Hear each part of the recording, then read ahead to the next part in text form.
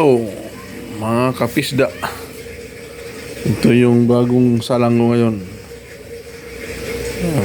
Breed ko, beta fish sa salang ko. Ito yung isang pair. Saka ito din yung isang pair. Saka dito rin yung isang pair. Sana mag-success. Ito medyo nagandahan ako sa kulay. Sana maganda yung kulay na lumabas.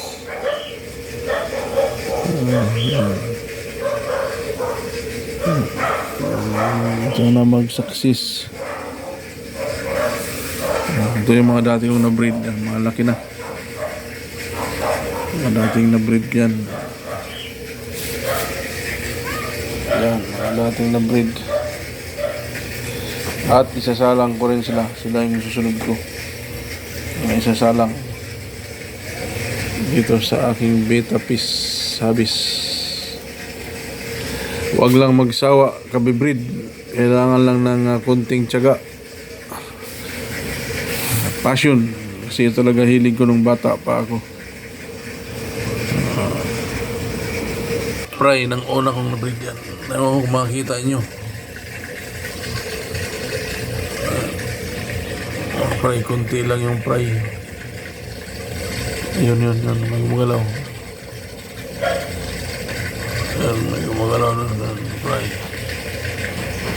Yan, yung mga na-breed ko. Yan, maganda kasi pag nag-success yung pag-breeding mo. Pag nag-success, sarap ng pakiramdam. Pag nag-success yung pag-breed. Abangan natin bukas kung itlog sila. Tatakpan natin mamaya nito lang ito pag tapos ng video. Tatakpan na natin yan. Tatakpan natin para hindi sila ma-disturb. Para hindi ma-disturb sila.